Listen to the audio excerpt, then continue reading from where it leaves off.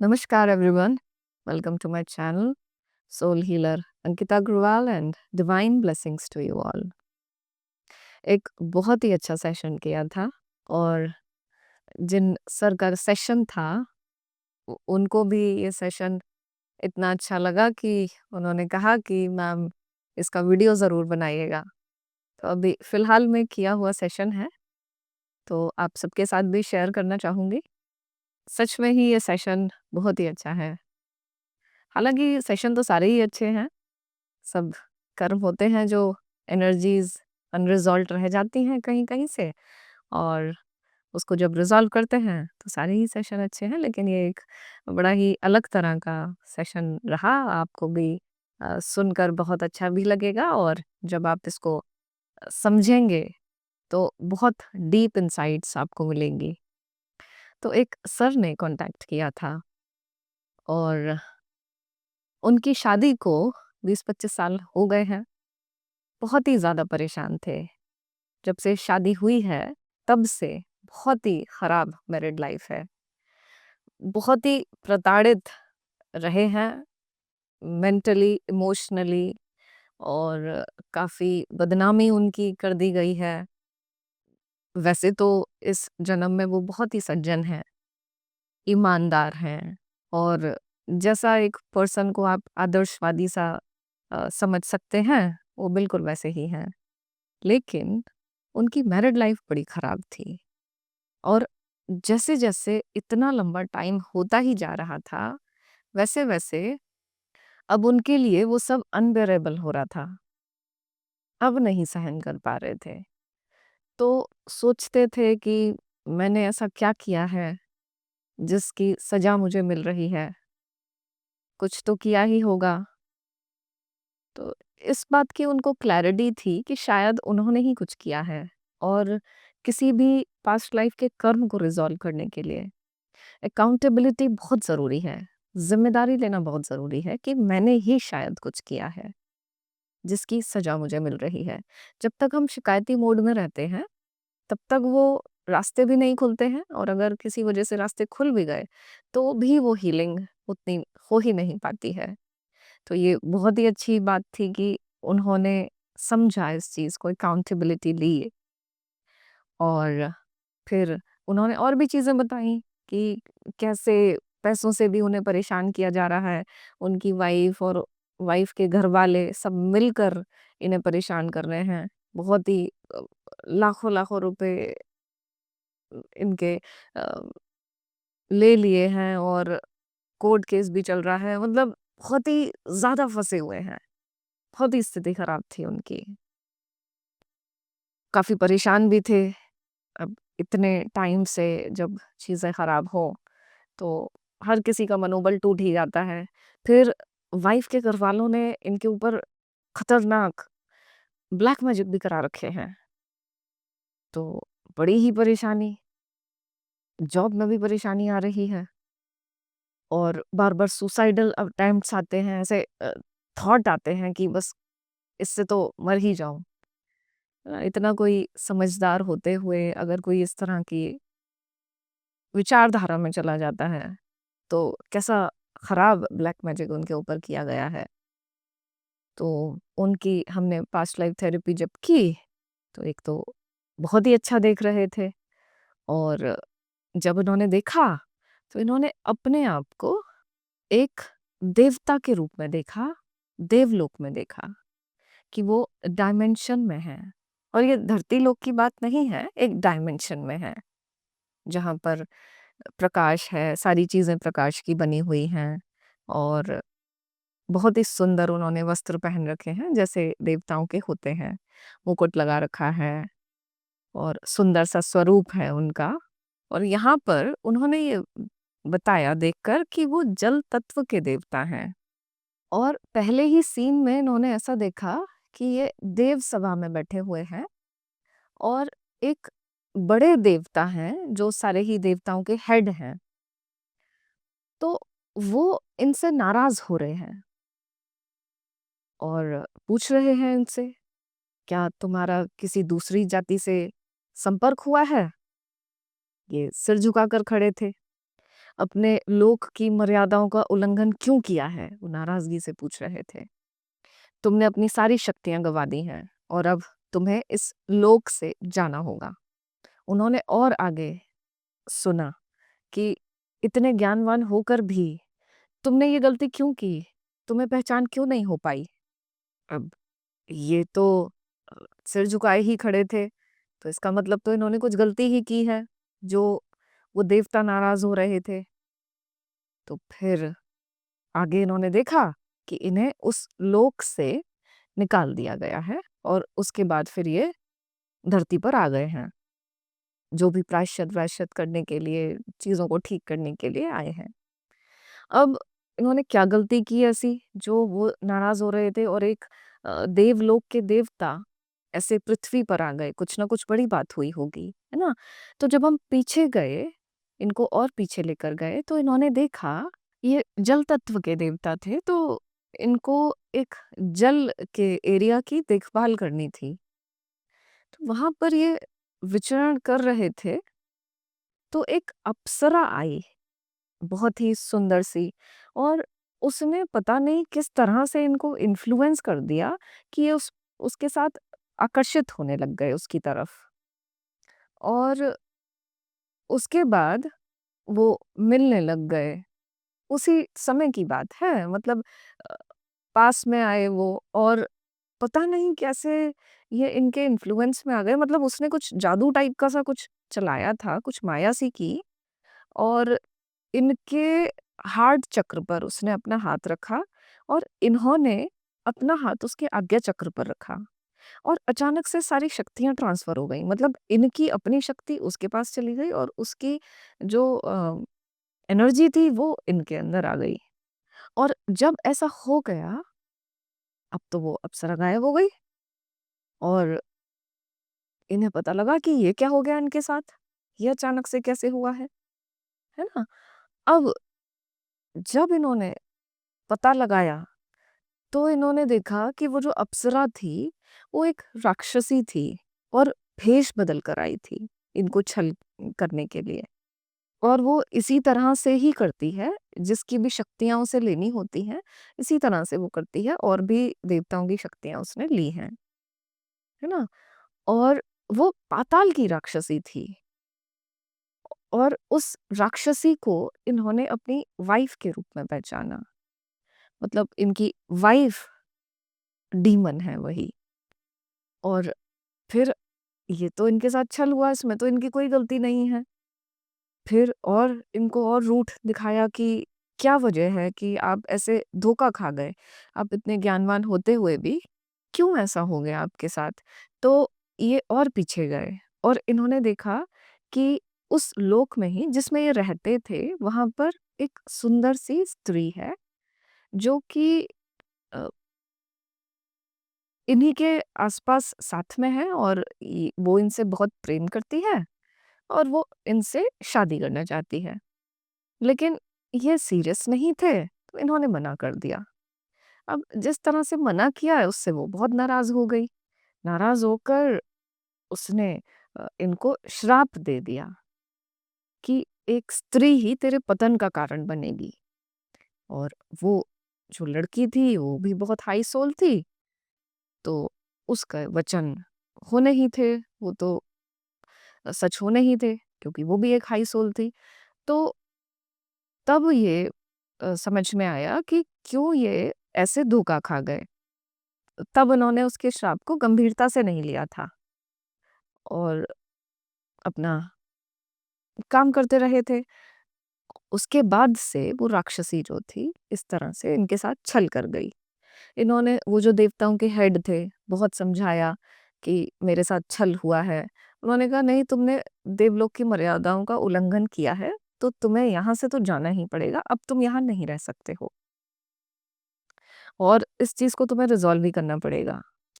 उन्होंने कहा कि तुम्हारे ऊपर एक स्त्री के प्रेम को ना समझने का भी आरोप है, तो तुम स्त्री से ही बहुत प्रताड़ित होकर फिर उसके बाद उस अपने देव स्वरूप को प्राप्त करोगे। तुम्हें देवताओं के सारे गुण डेवलप करने होंगे। और जब तुम यहाँ से चले जाओगे तो तुम भूल जाओगे कि तुम देवलोक में थे। तुम्हें पहले इस डीमन से हिसाब पूरा करना होगा और फिर जिसने तुम्हें श्राप दिया है, वो मृत्यु लोक में तुम्हारे पास आएगी और तुम्हारे साथ रहेगी। फिर उसके साथ तुम्हें इस हिसाब को खत्म करना है। पहले तुम्हें एक पूरा जन्म इस डीमन के साथ बिताना पड़ेगा और फिर उसके बाद जिस स्त्री ने तुम्हें श्राप दिया है, उसके साथ जीवन बिताओगे। इसकी अधूरी इच्छाओं को पूरा करना होगा। अधूरी इच्छाएं कौन सी थी? वो प्रेम करना करती थी और शादी करना चाहती थी ना। और फिर देवता ने जब निकाल रहे थे तो उनसे कहा कि इसी श्राप वाली स्त्री के लिए कह रहे थे कि इसी स्त्री के माध्यम से ही तुम्हें वापस आने का रास्ता मिलेगा, यही तुम्हें रास्ता दिखाएगी। तो ये इतनी बड़ी कहानी पता लगी। और ये भी यहाँ तक कैसे पहुंचे, इस लोक में कैसे पहुंचे वो। तो इन्होंने ऐसा देखा, इनके पहले भी एक सेशन में कुछ पास्ट लाइफ दिखाई थी, तो उन्होंने ऐसे देखा कि एक जन्म में ये उस डीमन को मार रहे हैं, मतलब उस लेडी को मार रहे हैं, उस सोल को मार रहे हैं। मारने का मतलब जान से मार रहे हैं। फिर किसी और लाइफ में वो लोग इनकी हत्या कर रहे हैं। फिर किसी लाइफ में ये उनकी हत्या कर रहे हैं। फिर एक लाइफ में वो इनकी हत्या कर रहे हैं। मतलब ये एक फाइट चली आ रही थी कि कभी वो इनको मार रहे हैं, कभी ये इनको मार रहे हैं और रूट नहीं मिल रहा था इनका। तब फिर जब सेकंड सेशन में इनका ये रूट दिखाया, तब वो इस रूट पे पहुंचे कि यहाँ से इस चीज की शुरुआत हुई है। और यहाँ से जब से ये धरती पर आए हैं, तब से मतलब आपसी दुश्मनी में कभी आपस में आ तो रहे हैं, कभी ये उसको जेल में बंद करवा दे रहे हैं, पूरी जिंदगी सड़वा रहे हैं, कभी उसकी माँ को मार दिया, कभी उसकी लड़की को मार दिया, कभी माँ ने उसे मार दिया। मतलब इतनी चीजें उलझ रही थी इनकी, जन्म जन्म जन्म जन्म। और इस जन्म में तो वो इनकी पत्नी ही बनकर आ गई और बहुत बहुत प्रताड़ित किया है, बहुत ही ज़्यादा प्रताड़ित किया है ना? तो ये रूट इस इनका निकला। अब इसको हमने रिज़ॉल्व कराया। तो जब रिज़ॉल्व कराया ना, तो इन्होंने देखा कि वो जो जिसने श्राप दिया था, वो सोल इनके पास आई। इन्होंने देखा कि वो इनसे बात करने आई हैं और इन्होंने इन्होंने उससे माफ़ी माँगी, तो उसने इनको माफ़ भी कर दिया। और वो थोड़ा दुखी भी हो रही थी कि मेरी वजह से आपने इतना कष्ट भोगा है। मैंने समझा नहीं था कि मेरे शब्द आपको इतना दुःख दे देंगे। उन्होंने ये भी कहा इनको कि अब वो आएँगी उनकी लाइफ़ में और इस डीमन से तो हिसाब ख़त्म हो गया है आपका। और जितने भी दुख तकलीफ थी, अब वो सब से बाहर निकालेंगी आपको। उसने ये भी कहा कि अब तक आपने एक स्त्री का सबसे कठोर रूप देखा है। अब आप उतना ही आत्मिक रूप एक स्त्री का, उतना ही प्रेमपूर्ण रूप देखेंगे। उन्होंने कहा जल्द मुलाकात होगी और इसके बाद आगे की यात्रा बहुत सुखद होगी। तो सर तो बहुत ही ज़्यादा परेशान थे। सर ने बोला इनको कि मैंने बहुत ही दुःख झेले हैं, बहुत तकलीफ़ है अंदर। तो उस सोल ने कहा कि मैं ही तुम्हारी सोलमेट हूँ।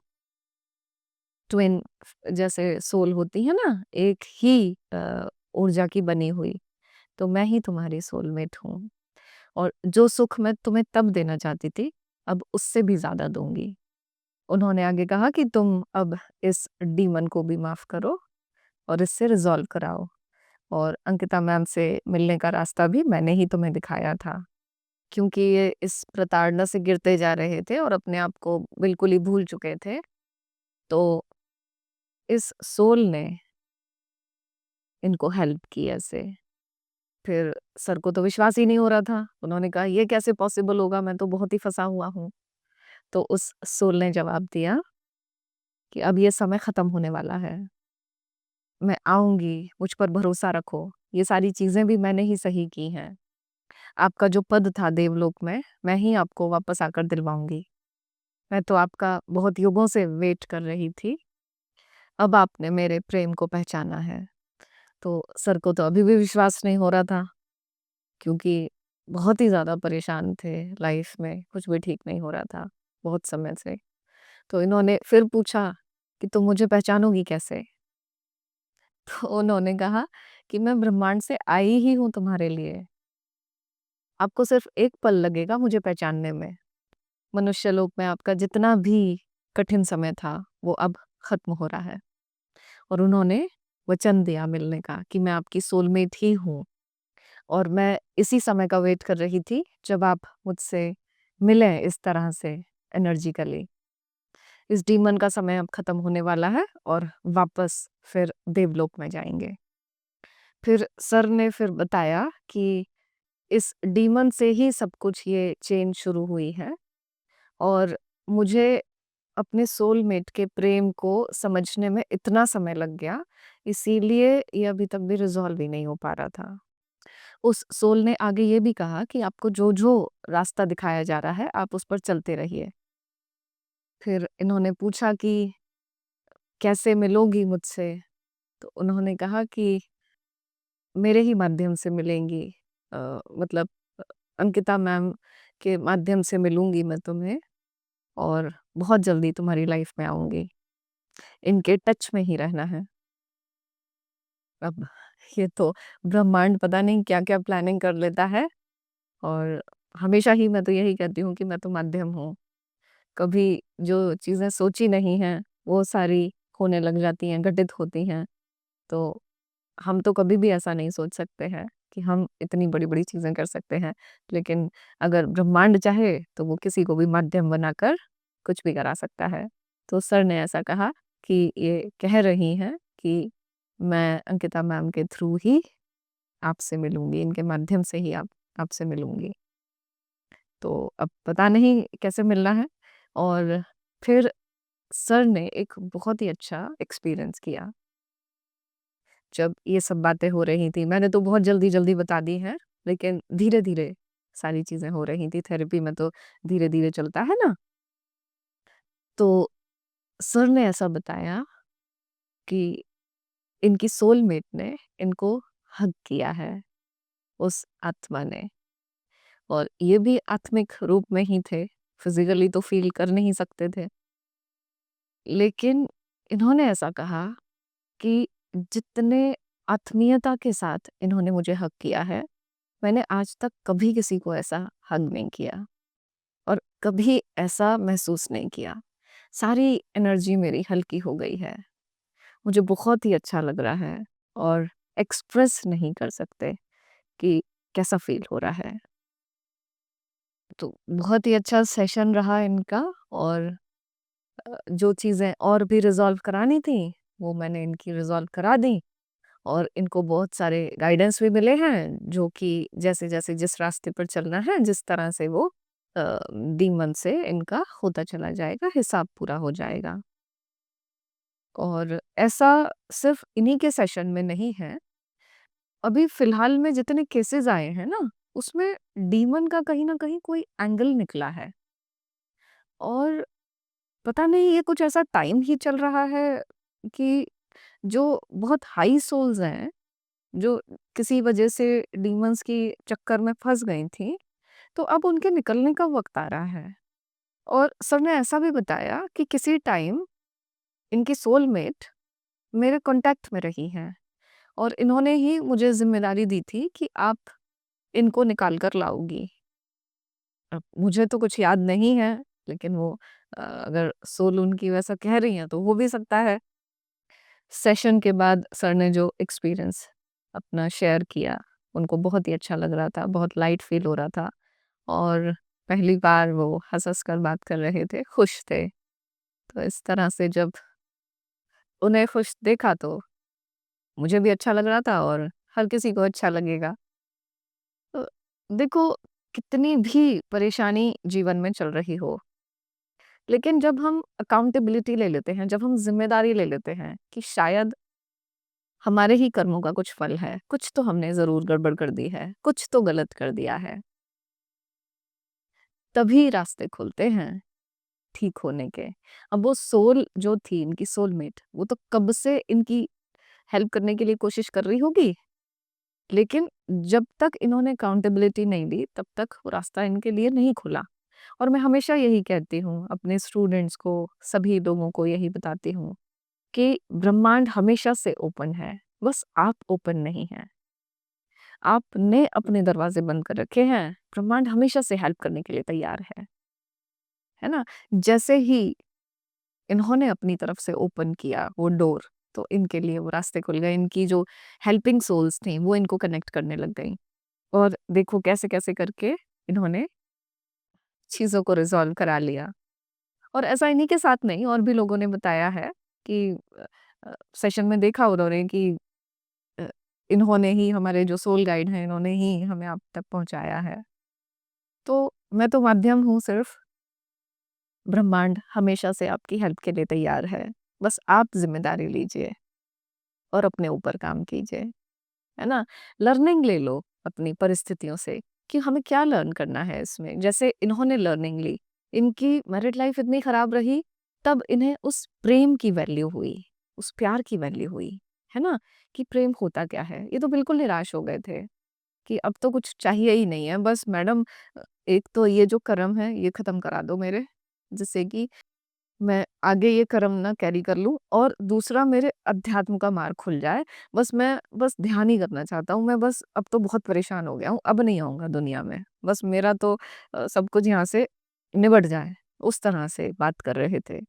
लेकिन जब इन्हें पता लगा कि इनका जीवन आगे का ऐसा होने वाला है, तो ये बहुत ही खुश हुए, बहुत होपफुल हो गए कि चलो, अब सब ठीक होता चला जाएगा।